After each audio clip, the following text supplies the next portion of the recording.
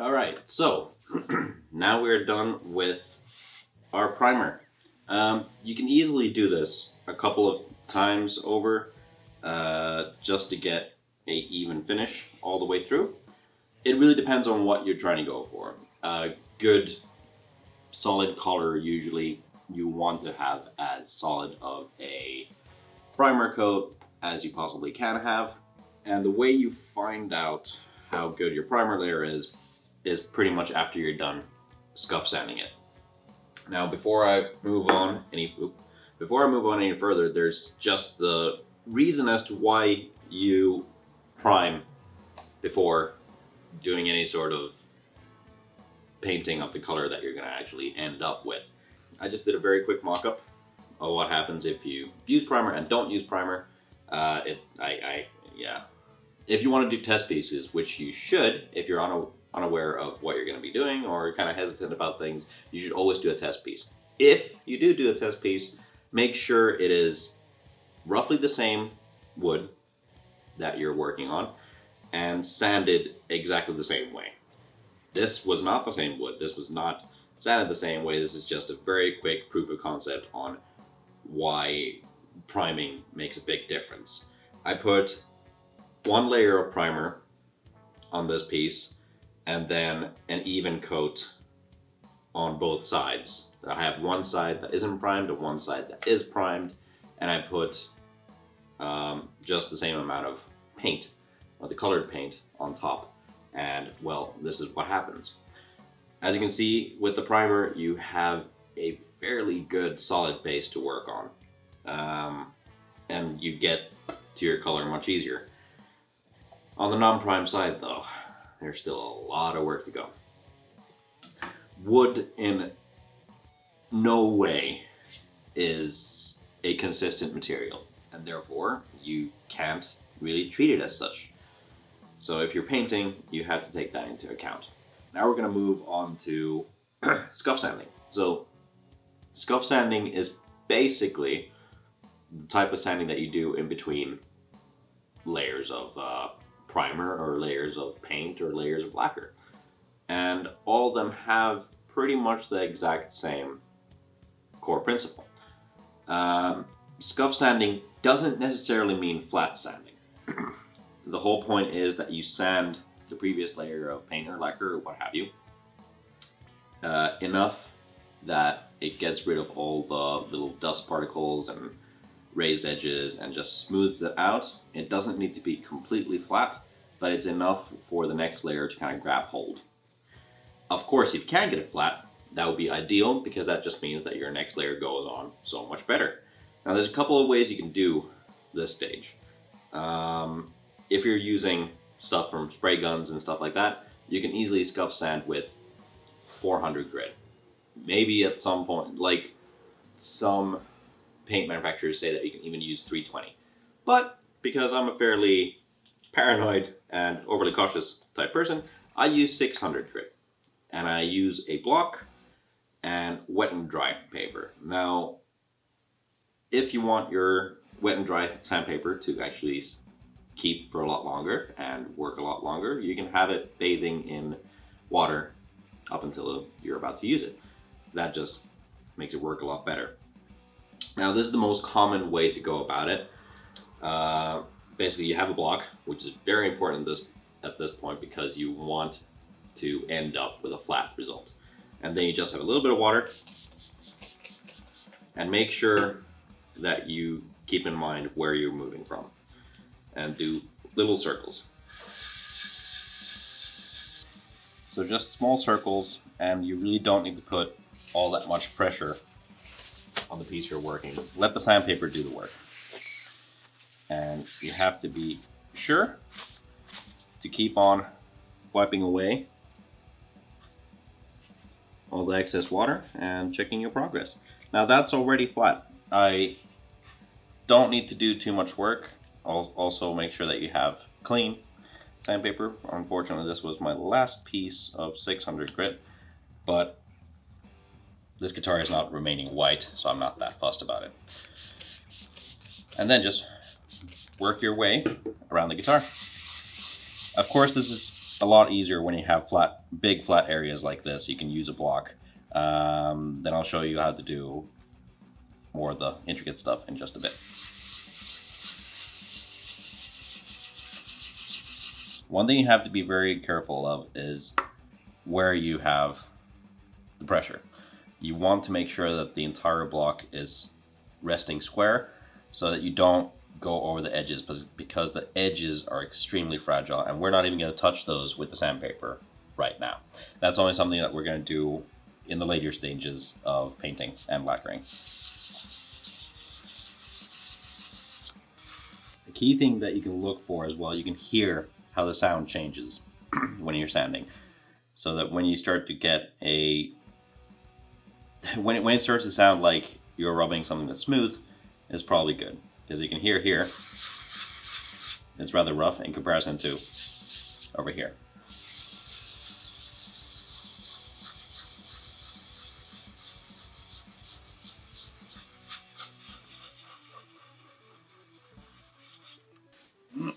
There you go. With barely any effort at all, I've already scuff sanded the back to where I want it to be. There are no raised edges, there's no dust particles, and everything is fairly uniform and a very good base for me to continue on. Now over here, you face a little bit of a problem where you have a much tighter curve. So over here, I would be sanding only on the edges here, which isn't good because I'll just wear down those edges and probably go through the primer. So I use a variety of sanding blocks. This I've also marked out with not using this side because it's not level and it has bumps and crap on it, so only use this side and keep that side nice. So again, just small circular motions with 600 grit paper.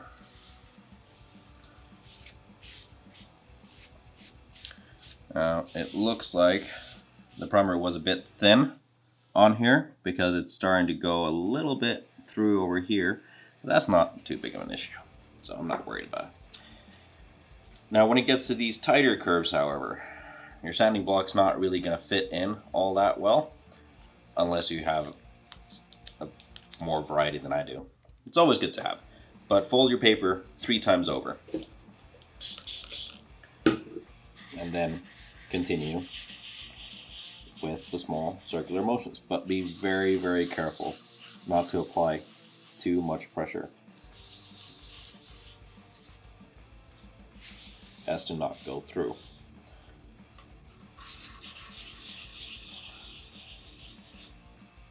There we are. Now usually doing the edges is fairly simple, but seeing as I have them masked off, binding, I just need to do it by hand and be very careful.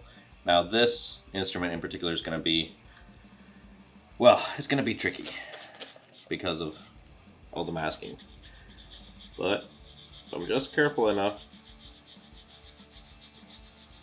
not to open up that masking tape at all, basically get all that dust off, I should be alright.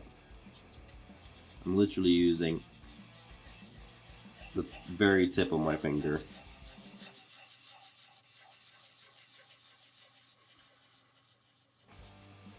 Being very careful whenever I come anywhere near an edge so I don't go through.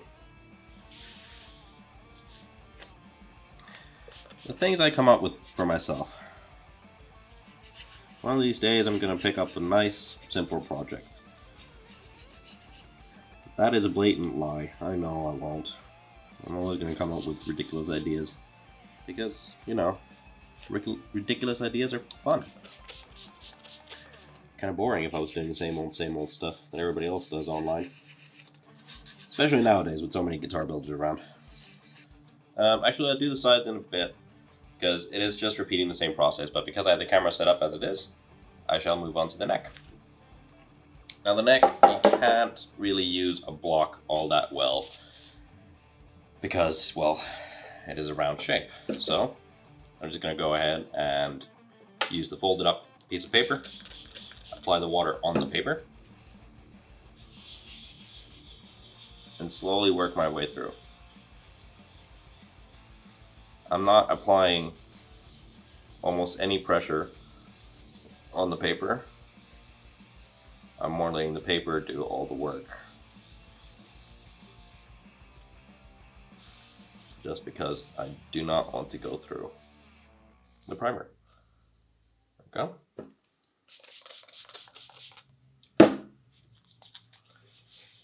And yeah, it doesn't really make any difference whether you put water on the paper or the piece you're working on. Now, when I get to the edges of the headstock, this is where it gets real funky. So, what I usually do when sanding headstocks in general is use the tips of my fingers in the middle of the side of the headstock and then sand away. So now I'm basically going to do that same thing, but very tiny circles, because I don't want to break the edge. Fortunately, at this point, you don't need to do all that much sanding. So, chances of you screwing it up are fairly minimal. Back of the headstock is flat, so that's going to be easy enough. And I'm going to use a block for it.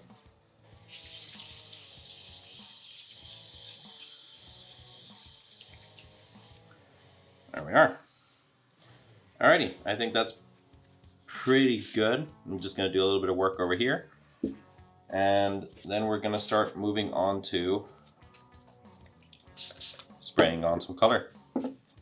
Because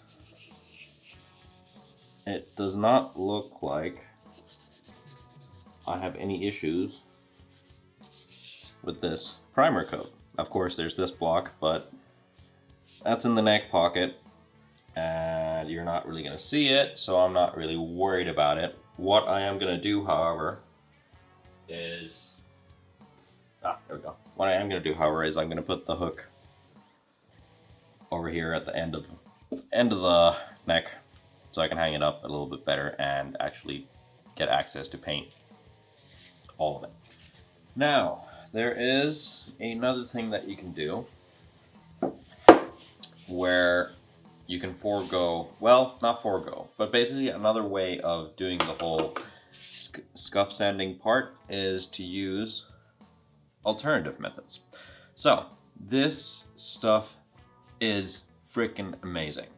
This is the Mirka Marlon Total Pad. I'll write it down so you can check out what it is. They have three different, oh, sorry, my phone's on. They have three different grits. This is, I think 3. I might be wrong about that. But this is the medium or the fine. I think they still have a super fine after this or something like that. But basically this corresponds, according to their advertising, this corresponds to about 1500 grit wet and dry paper. And the whole point is that you can use it to scuff down paint and lacquer, much like you would with wet and dry sandpaper. Now, I like to use it every now and then on processes such as this one right here, especially because I have some drops. This is really good for scuff sanding. But, and this is where the big but comes in. That was a, yeah, okay, never mind. This does not really work all that well when you want to do flat sanding, just because it is fairly soft. It is a fairly thick piece, so you can't get it accurately flat up against your flat surfaces. So flat sanding doesn't really work all that well. Now, very simple to use. Just cut a piece with scissors. It is, I'm trying to remember what, it's very close to like a Brillo pad sort of thing. And yeah, just use it the same way you would use a sandpaper. And once again, whenever you go near edges, be careful not to go straight through.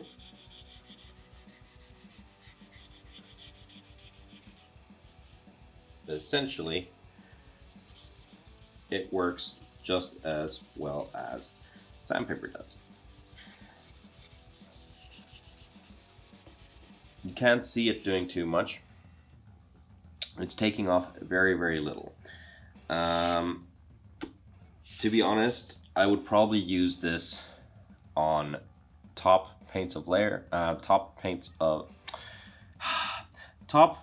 layers of color, where it's just more your flat sand, scuff sanding in between layers. Meanwhile, this is still the primer layer where I have a lot of drops and runs in the paint.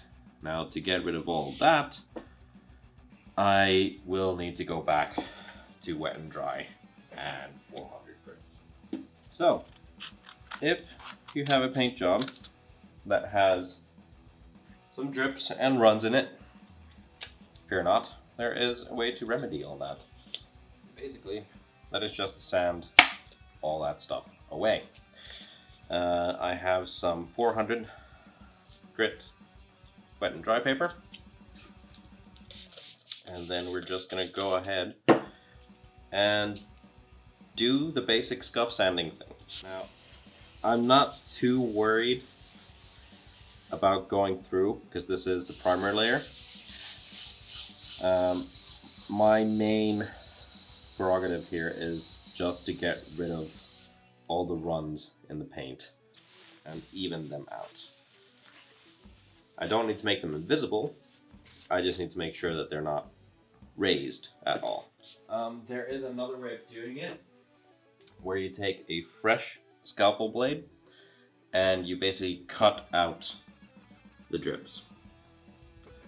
Now this is more something that you do if the drips themselves are quite substantial. If they're small enough that you can just sand through, then you don't really need to worry about it. I don't think these are really anything to worry about in that regard. So I'm going to keep on going and just sand everything down.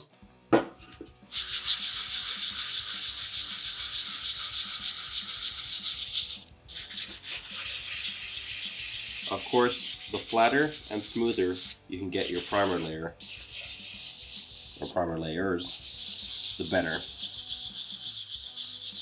Because that means that you will have much less work to do in the long run.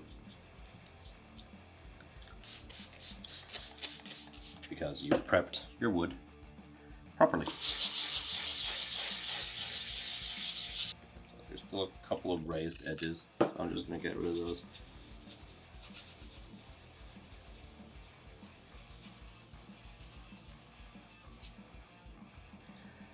This guy's still going to get another layer of primer, so I'm not too worried about going through, because right now it's much more important to eliminate all drips, because those will show through. So the body is pretty straightforward, so I'm just going to leave that for now and continue in a bit. In the meanwhile, I'm going to just show you how to approach doing the same thing on the neck. Now on the neck, you just fold your piece of paper, three-fold, apply water, and then use the flats of your fingers as basically your block, and follow the curve. Like so. The neck seems to have a good bit more drips. Alternatively, you can also go along the grain. You just need to be careful that you don't sand through. Well, it's a primer layer, so it doesn't really matter if you do sand through, but of course, if you can avoid it, do. It just makes your life easier. So then you don't need to apply quite as much paint on your next round or your next session. The thing is, there's no point in doing anything finer than 400 if you're just trying to get rid of drips and stuff. You might as well just go straight full out, so to speak. Try and get rid of them instead of trying to kind of finesse your way through. You're just going to spend forever doing so. So just get rid of the drips and move on to your next layer of paint. That way you're not wasting time sanding forever and ever. You got plenty of that to come. Headstock again, a lot easier because it's flat area.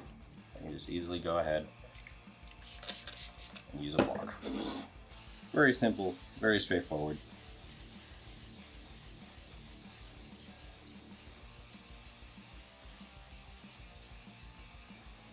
And there we essentially go. Everything's kind of been smoothed out now. So, gonna do another layer, well, another session. So that's gonna be 3 layers of primer on this guitar, and then scuff sand, have a look at how it looks, and move on to color afterwards.